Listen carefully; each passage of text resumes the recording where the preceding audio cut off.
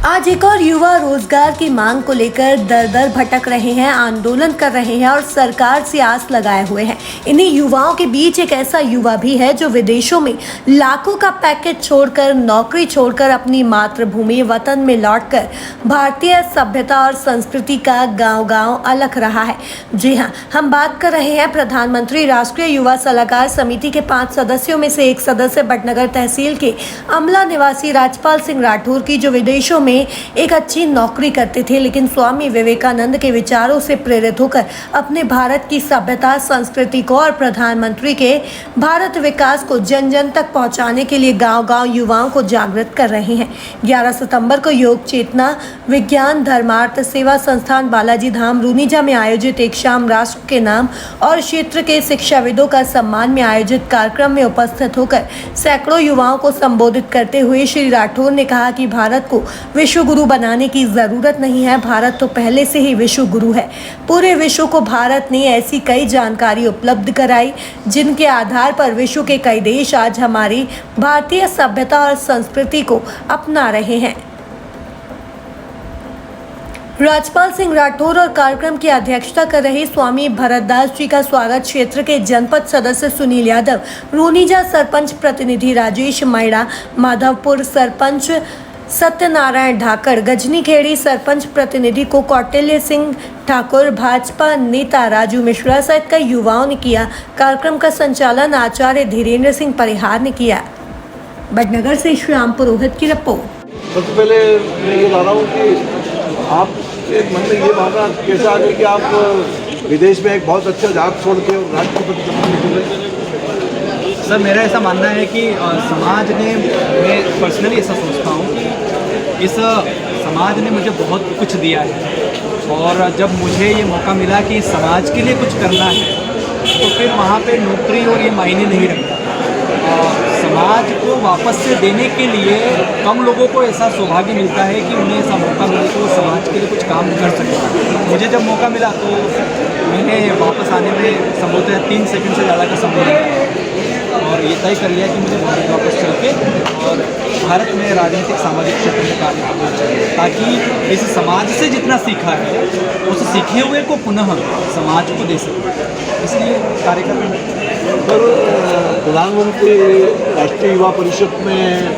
आप सदस्य हैं, तो युवाओं के लिए अभी क्या थीम लेकर या क्या योजना लेकर आप कार्य कर रहे हैं? देखिए, नेशनल यूथ पॉलिसी का गठन हुआ था कई वर्ष पहले,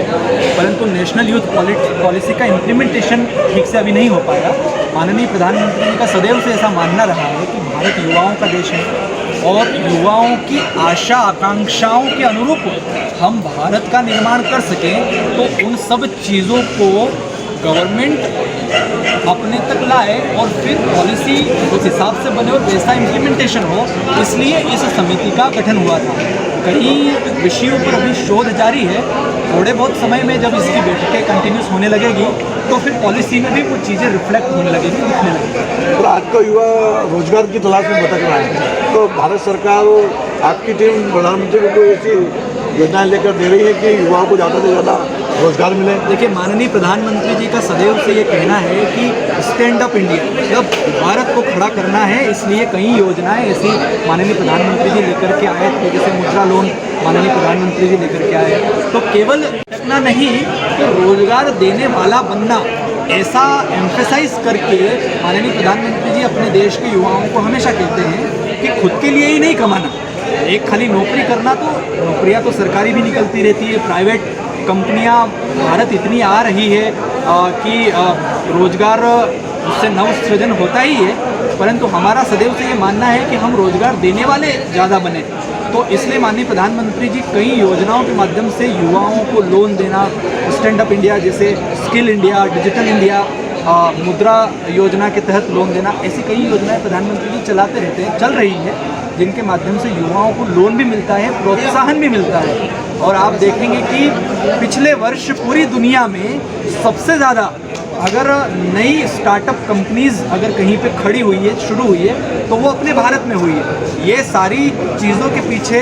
एक ही व्यक्ति की प्रेरणा है, माननीय प्रधानमंत्री श्री नरेंद्र मोदी जी की, कि युवाओं ने दुनिया को दिखा दिया कि हम दुनिया में कहीं और जाकर के कंपनी नहीं खोलेंगे, तो अपने भारत में ही रह करके यहाँ कंपनी खोल करके ज़्यादा लोगों को रोजगार देंगे। तो भारत का युवा उस दिशा में अपने कदम आगे बढ़ा चुका है। एक और चीज़ आपको बता दूं, अगर आप खिलौना इंडस्ट्री, टॉय इंडस्ट्री की अगर बात करें, तो भारत में एक बड़ा परिवर्तन भारत के युवा आने वाले 5-7 सालों में लेकर के आने वाले हैं। अभी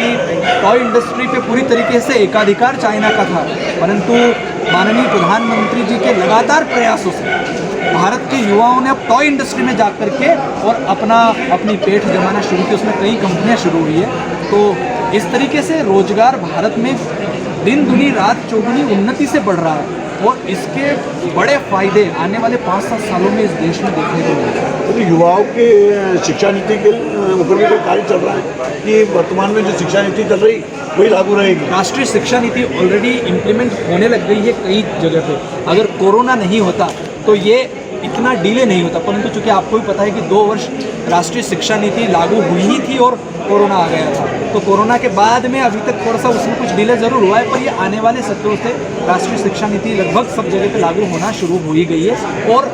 उसका असर गांव तक के स्कूलों में देखने को आपको मिल भी जाएगा। मेरा आखिरी प्रश्न, युवाओं को महापुरुषों के बारे में जो ज्ञान मिलना चाहिए वो अभी तक इतिहास में या शिक्षा नीति में नहीं आया, तो इसको लेकर भी कोई विशेष योजना चल रही है? अभी राष्ट्रीय शिक्षा नीति जो हुई है उसमें ज़्यादा जोर इस बात पे दिया गया है कि वास्तविक रूप में जो भारत था, जिन लोगों के कारण था, जिन लोगों के कारण हम यहाँ तक पहुँचे, ऐसे सभी महापुरुषों को, हमारे युवाओं को वो याद रहें, उनके सामने उन महापुरुषों को हम लेकर के आएँ। ऐसा प्रयास विभिन्न प्लेटफॉर्म से सरकार भी करती है, सामाजिक जो संस्थाएं होती है वो भी करती है और राष्ट्रीय शिक्षा नीति में भी इस बात का विशेष रूप से ध्यान रखा गया है कि आतताइयों से मुक्ति और वास्तविक भारत के जो नायक हैं उनकी प्रस्तुति हम कैसे कर सके, ये नई शिक्षा नीति में आपको देखने को मिलेगा। राजधानी तक को समझने के लिए आपका बहुत बहुत धन्यवाद।